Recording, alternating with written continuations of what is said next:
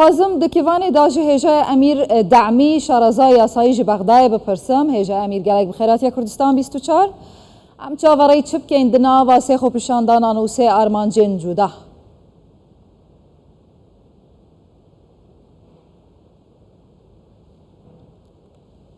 نعم، تحية لك سيدتي الكريمة وتحية لمشاهدي قناتكم الكريمة. صلاة لإيوة ولا بيننا برزة كانتان يعني الحقيقة اليوم لراستي دا أمر خوبشاندانا كان المظاهرات بين الطرفين لنوان هردولاي چوارچوي همانجيو روتي الصدر أما خوبشاندانن بو دياري كردني چارنوسي أوي ككيل عند عراق بريوة بباد من لو باوردام قصة كردن لسر دستور لرابردو دايا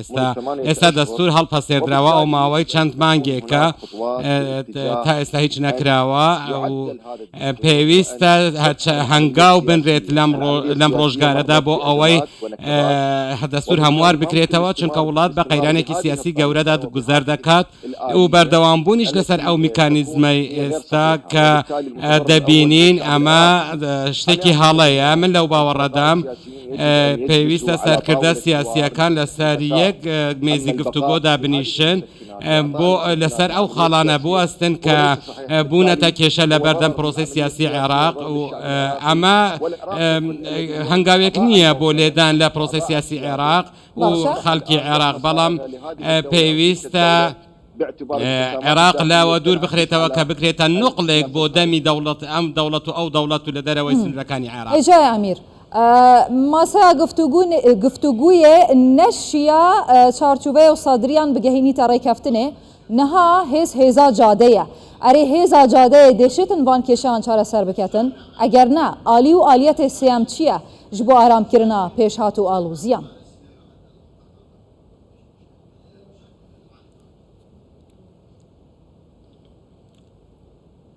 يعني حقيقة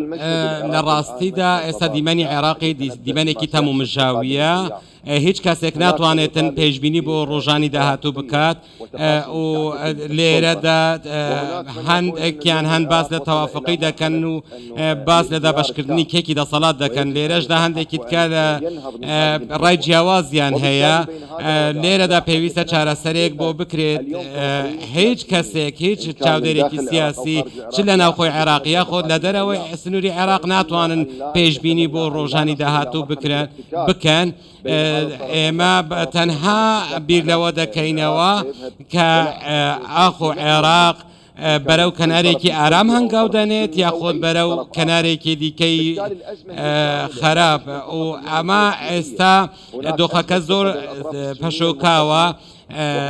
نەک تەنها لە نێو شیعەکاندا بەڵکو و وڵات لە ڕووی سیاسیەوە کێشە لە نێوان کورد و سونەشدا هەیە ئەمە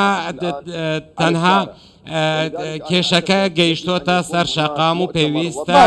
کۆنگرەیەکی نیشتمانی نەتەوەیی فراوان هەبێت کە کاری جددی بکات بۆ چارەسەرکردنی ئەو کێشەیە ئەگینە ئێمە دەگەینە قۆناغێکی ئەو کۆنگرەیە نیشتیمانیە توژێ بەحەز دەکەی پێشن یارە پێشی چەند ڕۆژان یا نوری مالکی بوو یا دناوبەرێدا شانسێ بقاسی 20 ساڵان کە تێ دەستی شیعەیان ئەم دبینن یعنی چ لە ڕەوشێ هاتیە و چ لە قادێ و مەیدانێ هاتیە لگوری هون وەکە شارەزا بخۆشی دەبێژن ممکنە ji destê wan êdî derbikevîtin sunne di navberêda dikarin çi bikin ji bo komkirina navmala şîeyan çi rolek dîtiye yan jî bi re'ya hewa gereke çi bikin sunne hem jî Kurd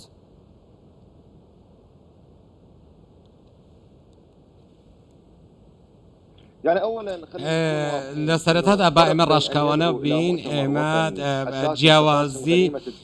جیاوازی لە نێوان ئەو کۆنگرێدا بکە کە ئێمە باسی دەکەین یەکێک ئێمە بە ئەوە بەلاو بنین کە باس لە قاشکردنی کێکی دەسەڵات لە نێوان دەسەڵات سیاسیەکاندا دەکەن ئێمە باس لە ئەوە دەکەین کە لە کۆنگرەیەکی نیشتمانیدا میکانیزمێکی ڕاستەقینە بۆ دۆزینەوەی کێشەکان هەبێت بۆ چارە چارەسەرکردنی لە زۆربەی حالق هەروەها من لەو باوەڕەدام پێویستە گرێبەستێکی نەتەوەیی لەگەڵ گەلی عێراق هەبێت لە نێوان کوتلە سیاسیەکاندا دوور لە دەستوەردانی سیاسی دەرەوە یاخود نێودەوڵەتی ئەوەی ئەو جیاوازیەکە لە نێوان ئەو دوو جۆرە کۆنگرەیەدا هەیە پێویستە